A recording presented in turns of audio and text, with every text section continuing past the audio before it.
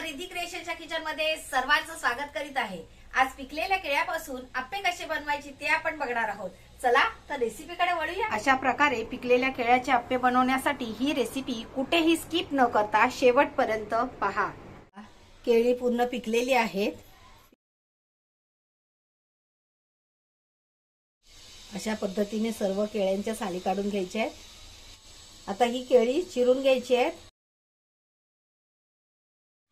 आता ही चिरलेली केळी मिक्सरच्या भांड्यामध्ये घालून फिरवून घेऊया।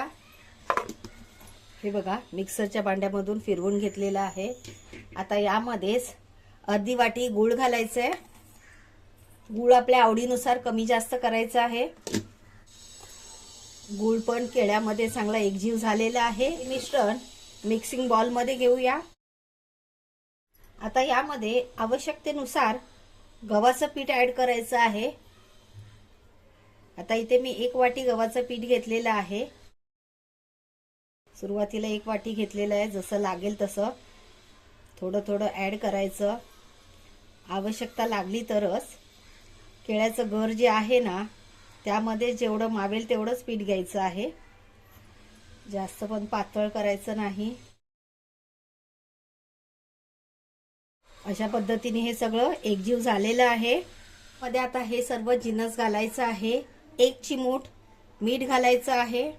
1 टेबलस्पून बडीशेप पावडर, 2 चिमूट हळद आणि वेलची पावडर, त्याचप्रमाणे 2 टेबलस्पून तूप घ्यायचं आहे। तूप पूर्णपणे ऑप्शनल आहे, तुम्हाला आवडत असेल तर वापरा, नाही वापरलं तरी चालेल। तूप टाकलं तर छान वास येतो। हे आता हे पूर्ण एकजीव करून घ्यायचं। छान सुगंध सुटलेला आहे केळ्याचा। हे आता पूर्ण एकजीव झालेला आहे। 10 मिनिटं असंच रेस्ट करायला ठेवून देऊया। हे मिश्रण रेस्ट करायला ठेवून 10 मिनिटं झालेले आहेत। आता उघडून बघूया। थोडंसं परत चांगलं फेटून घ्यायचं। त्यामध्ये गुठल्या राहता कामा नये बिलकुल। जर काय गुठल्या असतील तर सोडून घ्यायच्या आहेत।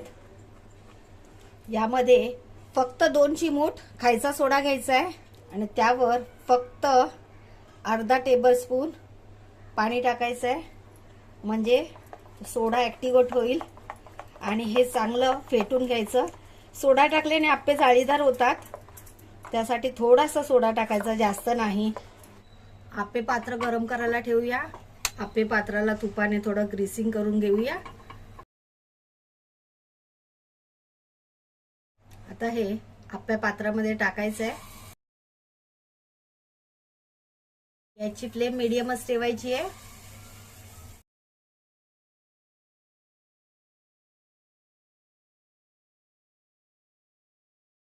कोणाकडे जर आप्पे पात्र नसेल तर कढईमध्ये तेल टाकून त्याच्यामध्ये पण 1-1 चम्मच तेलामध्ये सोडून तुम्ही याचे गुलगुले पण बनवू शकता। आता यावर झाकण ठेवायचं आहे। 2 मिनिटं झाले आहेत। आता उघडून बघूया। जास्त वेळ ठेवायचं नाही, पलटी करून बघूया। एकदम नाजूक हाताने पलटी करायचं आहे। हे बघा, अशा पद्धतीने सगळे पलटी मारून घ्यायचे। पलटी मारून झालेलं आहे। आता परत जरा तुपाने ग्रीसिंग करूया। झाकण न लावता 2 मिनिटं असंच शिजून द्यायचंय। 2 मिनिटं झालेत, उलटून बघूया।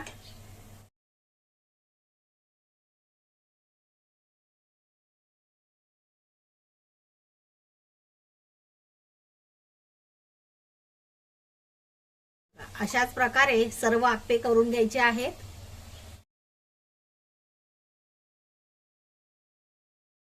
पिकलेल्या केळ्यापासून बनवलेले आप्पे तयार आहेत। रेसिपी आवडली तर लाईक करा, शेअर करा।